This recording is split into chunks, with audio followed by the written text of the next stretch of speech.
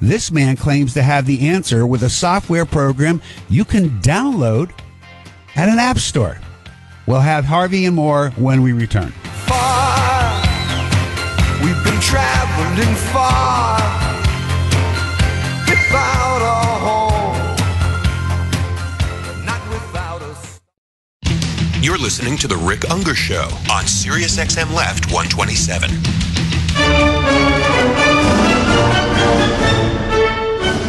So, Harvey Bolter is the chairman of Seecrypt Group, Inc. Now, on a personal level, as I understand it, Harvey is not at all happy about what he has learned courtesy of Edward Snowden. Yet at the same time, the disclosure of NSA snooping on millions of Americans by collecting data on their phone calls may be the greatest thing ever to happen to Harvey's business. Why? Because Harvey's in the business of a private encrypted telephone network that runs on your smartphone, and it's as simple as downloading an app from the App Store. Harvey's got himself a software program where you can beat the NSA at his own game, or so he says. Has Harvey really found the cure for the NSA bug? Let's ask him. Harvey, you there? Rick, how are you? I'm very well indeed. How are you? I am very good, sir. Happy 4th of July to you. Happy 4th of July to you and your audience as well. Thanks so much. So listen, I downloaded your program yesterday. It's pretty cool. Why don't we start by you spending a moment or two explaining your system. Tell us what it can do to frustrate those who would like to listen in on our phone calls. So very simply, it's an app. It's available in the Google Play Store, the iTunes Store. You download it to either device, an Apple or an Android device, and it enables any two people with the app to make a call that has military-grade security. It's an extremely strong encryption tool to make that call absolutely secure between those two devices. And every single call you make, you get a new encrypted key. Every single message you make, you get a new encrypted key for every single message. So you can be anywhere around the world, Rick, and you could make a call, say, from the United States to South Korea, picking a random country, and that call is secure end to end. Well, there's an obvious question that pops into one's mind, and I played with it yesterday. I put it on, I put my wife's on, and yeah, we did it. My question is the obvious one, though. So you say that the encryption program is just about as strong as it can get, but honestly, do you really think that your encryption program is so good that the NSA can't bust through it?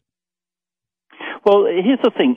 Encryption and securing a call through encryption techniques is all about a very large mathematical key. And so in order to brute force this, i.e. guess that key, you would need to have about 10 to the power of 600 guesses, which is just an enormous number of guesses. And so if you took a country like Spain, for example, with its type of computing capability, right, you could be there 30, 40 years breaking a single message. Seriously? Now, the NSA does have massive computing power, so everything can be brute forced. But if I've got a million concurrent calls or messages going on, you're going to have to be real selective. They're going to, and they're really going to have to want me, aren't they, to go to that trouble? They would. They would. And if you were a bad guy who was that bad, you wouldn't be using a phone in the first place. Right. So, well, yeah, I agree with you there. But it's interesting that it would be difficult for something or somebody as sophisticated as any nation's spying agency to have to go to that much trouble. And there is logic there. If they're going to go to that trouble, spend that amount of money, take that much time, obviously they want you. And if they want you, you're bad enough that you're not using it in the first place. So I get the logic there. It's very interesting. It is. I'm curious about its application to businesses, does it extend beyond the smartphone? Let's say that you want to keep the Chinese out of your business computer because you've got intellectual property on there that maybe they'd like to have, or even somebody else.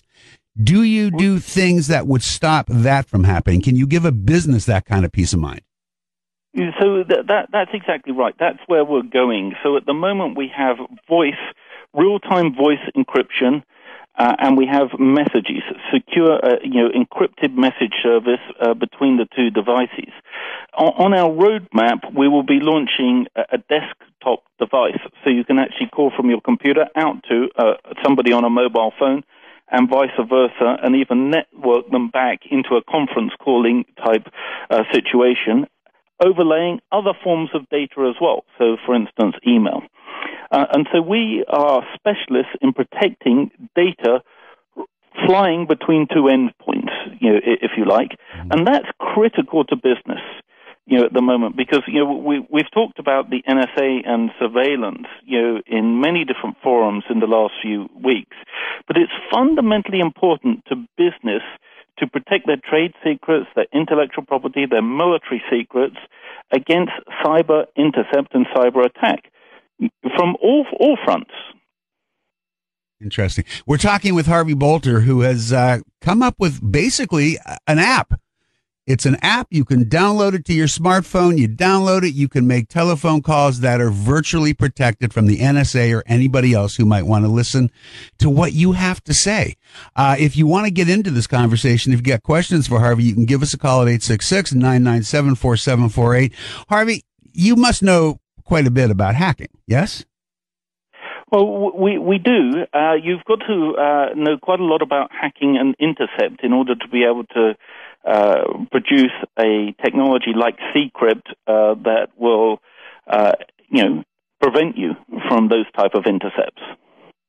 So, just how big is the international hacking business? I mean, do you have any sense of how much money is involved in what's going on between companies stealing from companies or governments stealing from companies? What are we talking about here? It's truly enormous, and there are many countries around the world where we might sit and surveillance is commonplace, and people in the Middle East or Asia assume governments, not necessarily just their own, but other governments are surveilling them. I think the Snowden revelations widen that to perhaps you had a working assumption that perhaps the NSA wasn't doing it on you, and that's sort of been shattered a little bit.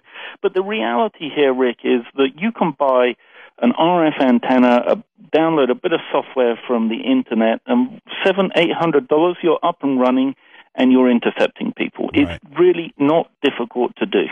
So how do you explain the fact that with all of the highly sophisticated things that are about today in terms of software technology, why aren't businesses, why isn't government better able to protect themselves? This is, to me, one of the amazing things in the United States today. We do not appear, either on the private side or on the public side, to have done anything near what we need to do to avoid cyber crime, cyber warfare. And let me give you two examples as to how bad it is. 10 years ago, there was a British guy, Gary McKinnon, who hacked his way on his own, into the Pentagon. Just last year, supposedly, the Chinese intercepted and hacked its way into Lockheed Martin and took nearly a terabyte of data in relation to the Joint Strike Fighter. And that was publicized. If you can't protect government institutions like that or your defense contractors, small business really doesn't have a hope here. Is this the result of it costing too much money to pull off the defense, or is this the result of whenever you might install something that's going to protect you today, the bad guys are going to beat it by tomorrow? No, it's actually, I think it's largely down to policy, government policy. There has been such support for the ability to surveil all forms of communication, such requirement to put back doors in, that you have so many back doors now. It's a bit like Swiss cheese. There are so many openings. A back door that enables you to surveil, certain aspects or certain conversations is also signposted for the bad guy to go through the same back door, to grab your data. How do you put a stop to it then? How do you ever put a stop to it? Well, the government needs to really have a proper debate over the ability to surveil, people for threats and the ability to protect them against, foreign entities foreign countries surveilling them as well. And the problem is that debate hasn't really taken place, at the moment in a public way. And the part of the debate on surveillance has really taken place behind a closed door at the moment. Yeah. So, just to take it back to your product, as we've discussed, this obviously does a lot of good on my cell phone. At the same time, you said that there are applications for this for emails. Do you have a product available that I can download and know that whenever I am writing an email, sending an email, nobody's able to get to it? So we do not at the moment. It is prototyped within our labs, which are all based down in South Africa at the moment. So we know how we're going to do it. Commercially, it will probably be available in 2 to 3 months' time, and then it will allow you end-to-end security over your email traffic. Does that include where it's sitting on a server somewhere, who knows where? Yes, absolutely. So ideally, you want to keep your own data with you. You don't want to sit it in a server somewhere in the middle, anywhere around the world. But to the extent it was sat on a third-party server, the beauty of our system is it's so encrypted, it would take them years and years and years to decipher it. Interesting. And every single email would have a different key. And this is even the case. The problem is exponentially large. This is even the case where it's sitting on a Google server in Virginia or whatever. Well, that's absolutely right. And that's the real issue at the moment. Particularly foreign corporations, overseas are wondering how badly their data has been compromised if it's sitting on a Google server. Mm-hmm. And that's a concern. Exactly. So we're talking with Harvey Bolter, the man with a plan to rid you of the NSA blues. We have a caller who has a question for you, Harvey. You okay if I bring him on? Yeah. Larry from Arkansas. Larry, what's on your mind, man? Hey, I'm sitting here listening to your program with your guests. Mm-hmm. It's pretty interesting, but... we like to think so. Huh? We like to think so, that it's pretty interesting. Yeah, but, it's a little bit too intellectual for me, What I'm wondering is, does your guest actually have an answer to my question? I'm just a little... give us your question. Give us your question. Okay. What can I do as a ordinary little old citizen out here with no power? Nothing but one little old vote, like that's supposed to mean something, So what do I do about government snooping? Anything I can do? What do you say there, Harvey? I think there's two things you could do. I think you can write to your state representative and lobby him for a proper debate on privacy, within the United States. And the second thing you can do, if you're fortunate enough to own an iPhone, for example, or a Samsung or an Android device, download our app and put in the code USA, and you will get 12 months for free, sir. Okay, I heard your answer. You want to tell Larry where to download the app and the name? So, all you would do is you would go to your app store, for instance, on iTunes, and you type in Seecrypt, SEECRYPT, download the app for free, and when you register, for the app, which you can do any time in the first 3 months of you having the app, it works immediately, but you can register any time in the first 3 months, and it will ask you for an email address so we can identify who you are. And it asks you, would you like to put in a promotional code? And we've set one up called USA, and that gives you 12 months for free, sir. Yeah, okay. Where are you from? You sound like an Australian. He's from Brooklyn. I am actually from the UK, so I'm a British citizen, and I live in the Middle East. So I'm calling in from the United Arab Emirates in Dubai at the moment. Okay, thanks, Larry. Appreciate the call. We still got a minute before break. I want to start with a question that's going to take you longer to answer, but let's get going on it. You got to tell us what you think about what's going on in our country right now with Mr. Snowden. Well, look, I don't support what Snowden has done. I mean, he's clearly breached your laws on classified information, and for that, he will eventually need to come home and face some justice in relation to it. But I do think that he has stimulated a good debate on privacy, and I think that debate is quite long overdue. Do you actually see that debate taking place? Because I don't. All I see is a constant vigil over where he's sleeping tonight. Well, I think he's going to clearly have some personal problems as to find anywhere that will he will eventually be able to call home, and there's no doubt about that at all. I suspect he might end up, taking the decision to come back to the United States and face the music. He'd have been better off, if that's the case, to have never left, wouldn't you think? I actually agree with you, by the way. I don't think he's going to like... He was only able to, I think, execute the plan that he had in his mind, by leaving. And I've no doubt that there's probably a few more revelations that he's got, planned, in his bag somewhere. That would seem to be quite likely. I think that's right. Harvey, can you stick with us for a few minutes? I'm forced to take a break right here, but I got a few more things I'd love to talk to you about. We're talking to Harvey Bolton, the man who has come up with a software program that can protect your phone calls from being snooped on by the NSA. We'll have a little more with Harvey when we return. If you want to join the conversation, it's 866-997-4748. More with Harvey and a whole lot more than that on this 4th of July in just a moment. I roamed and I rambled and I followed my footsteps to the sparkling sands of her diamond desert. Sirius XM Left 127. And now, back to the Rick Unger Show.